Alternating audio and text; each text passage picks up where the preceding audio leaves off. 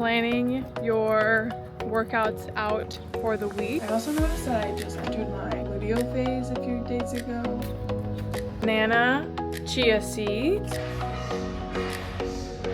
Hello! We just spent the whole weekend in Santa Barbara, which was so fun, so amazing. We got to bring the dogs, which was so fun. Penny and Dasher had a blast. The weather was super hot, but it was still, you know, enjoyable. It was still a fun time. We ate a lot of food and went to the beach. We went on a hike. You know, we did all the things. So yeah, stay tuned for what's to come because we're gonna go on a little adventure and you get to come along with us.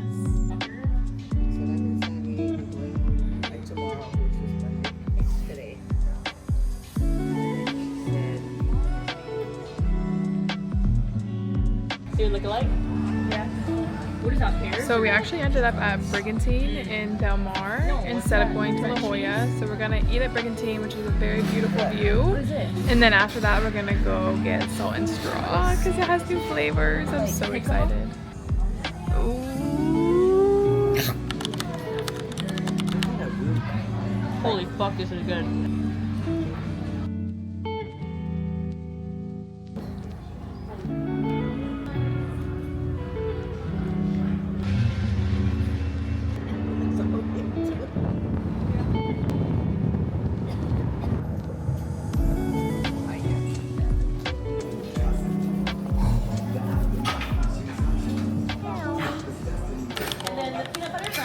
That one is based off of like Reese's Puffs, so it's all Cocoa Puffs. Wow.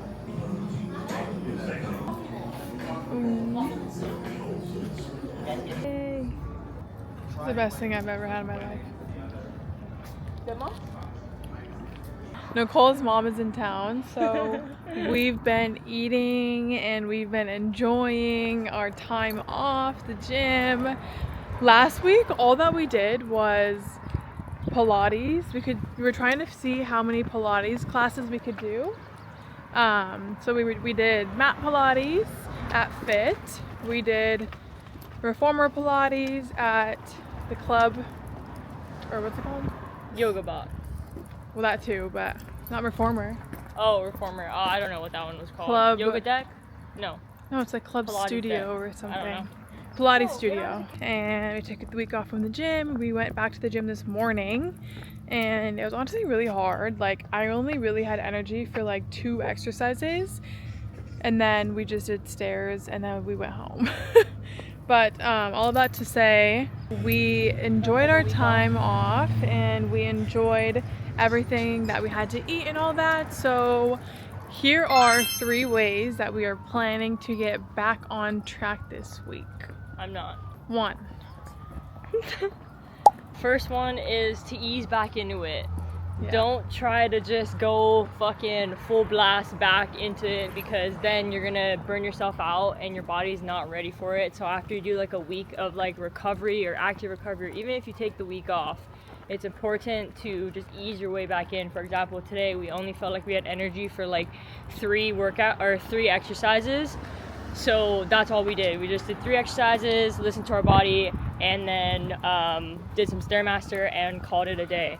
So Yeah. that is an example of easing your way back into it rather than like slamming yourself with like pushing fully and like doing 6 exercises And burning yourself out. Exactly. And then the second one is going to be going grocery shopping and planning our meals. So Nicole and I love to plan what meals we're gonna have for the week and go grocery shopping on Sundays. So we already went grocery shopping yesterday and then we're gonna plan what meals we're gonna have for the rest of the week, breakfast, lunch, and dinner. And I know that having your meals planned like that is what's going to set that structure for the week, right? Like if you don't know what meals you're gonna eat, it leaves room for error, I would say. So ideally you would have your meals planned out, or even like a rough idea, or even like start to prep some overnight oats, certain things that you know you're gonna need for the week. So for the third one, planning your workouts out for the week. So knowing your schedule and then knowing which days of the week you're going to work out will really help you stick to that structure and get back into that routine. And maybe it's even the same routine that you've always had, just having your workouts already pre-planned into your schedule, so you are already blocking off that time just like you would like any appointment, I think is gonna be what's best for us this week. Good morning. I also noticed that I just entered my luteal phase a few days ago, 6 days ago. So that is probably why I was so exhausted yesterday at the gym, because Nicole and I tried to go back to the gym. It's so hard to get back into going to the gym and being in your routine and lifting heavy when you have taken that time off. I thought it was gonna be really easy. I'm like, oh, I'm gonna be refreshed. But I think now that I think about it, being in my luteal phase was definitely playing a factor, because I was like, why is this weight so heavy? I realized I'm like, oh, I'm at a different phase in my cycle, so of course my body's going to feel different. And I think that's so important for all of us to pay attention to. Such a huge factor in our performance in the gym. Where we're at in our cycle is going to, some people more than others, very well determine how we show up, what kind of energy we're gonna have, like how our recovery is going to feel, things like that. It's always good to know where you're at in your cycle, and that's something that I have been doing for a while, and that's something that I highly recommend my clients to do. That way you just have a general idea of like, okay, like I'm at this phase, I'm going to give myself a little bit of grace. Or this week with my workouts, like if you're in your luteal, I'm going to have 90-second rest times. I don't necessarily need to lower the weight or anything. I just need a longer rest time and a longer recovery period in order to recover from between each exercise. And then if it's in your menstrual phase, when you're bleeding, you technically don't have to work out. Everybody's different. I work out on my period. I have clients that don't work out. I have friends that don't work out. I have friends that do work out. You know, it really just depends on who you are and how your period is. If it's super crampy and it's not something that feels good to work out, then definitely don't. Or you can just do lighter movement. You know, you can do like light walks, you can do yoga, you can do more restorative times, because that's when your body needs it the most. Not to say that you have to do that, right? Because I genuinely don't do that. I like to work out, but I also will lower the weight a little bit if I need to, add in some more tempo work, which just means like slowing down the movement, or like the eccentric part, the lowering part of the movement. That way it's more time under tension on your muscles. And then during your ovulation and your follicular phase, like that's like the time where you need to take advantage of that, in my opinion. And so it's very helpful to know where you're at in your cycle. Then you're able to see like, oh, like why do I feel like this is like 1,000 pounds and it's literally only 25 pounds. Like, anyways, that was a long rant, but I'm in my luteal phase and I am feeling it. So this week with workouts, I'm definitely just gonna take it easy. I'm not gonna, you know, go full force. Okay, so what's on the menu today is sourdough toast with avocado, and then a chili garlic egg, and then I have a little mini yogurt bowl. So raspberries, yogurt, hemp seeds, and walnuts. This is what I made earlier. This is my warm water with lemon and chia seed that I like to have in the morning. I love that our patio gets like a little bit of sun in the mornings, because it makes it so much easier to get that fresh sunlight, especially while you're eating. It's really nice to like sit here, contemplate life, and it's really good to also to get sunlight first thing in the morning, which we do because we take the dogs out and take them to the park. But like for anybody who doesn't have animals or anything like that, like it's really nice to sit in the sun first thing in the morning to reset your circadian rhythm, kind of just signal your brain that, you know, it's daytime, and just a good way to start off the day, you know. But yeah, so I'm just gonna eat and enjoy the sun and enjoy my breakfast, and then hop into work because I have to do some check-ins, I have to do some client calls, some programming, all the things, since we were gone all weekend. So let's get to it. Okay. Hey, buddy. Honey, get your head up.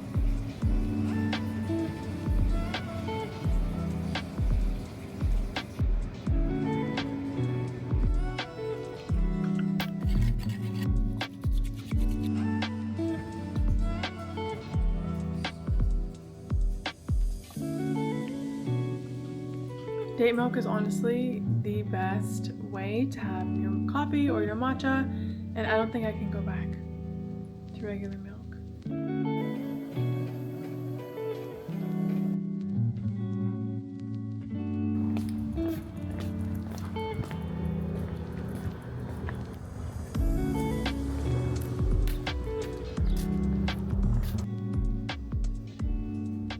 So our friend, who's also our neighbor, just brought us some loquats, right? Loquats. Loquats. He literally threw them onto our balcony.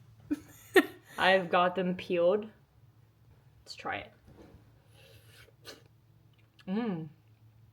Whoa. It's like a plum. Whoa. Okay, so I never actually made the overnight oats, so I'm going to make them now. I found this recipe off of Pinterest, so we're gonna see how it turns out. It's called banana bread overnight oats. Okay, so we have banana, chia seeds for fiber, oats, cinnamon, some vanilla extract, and almond milk.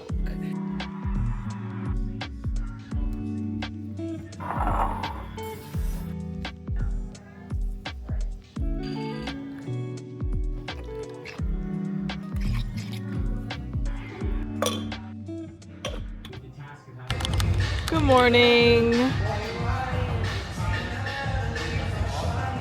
Wednesday, and Nicole and I made it to the gym. Only went on Monday, and then we skipped yesterday, and now we are here again because right now we are on phase 2 of our strength split right now. So anyways, let's go with it.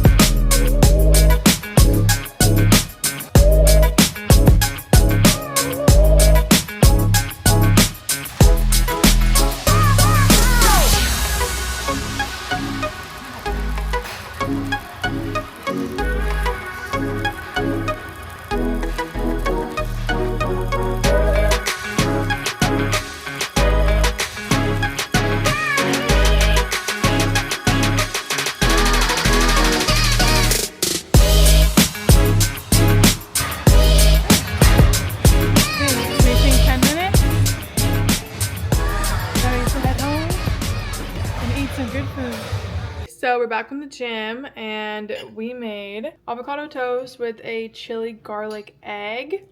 And then this is from the oats that I made last night. I put some walnuts in there. So yeah, I'll probably just have this together. This is honestly the best juice I have ever tried in my life, and I was so skeptical of trying it in the beginning because it has beets in it and I don't really like beets, but this is like my new favorite juice. And we got it in Santa Barbara, and I'm really bummed that I don't have any more. This is my last one, so I'm gonna have to savor it.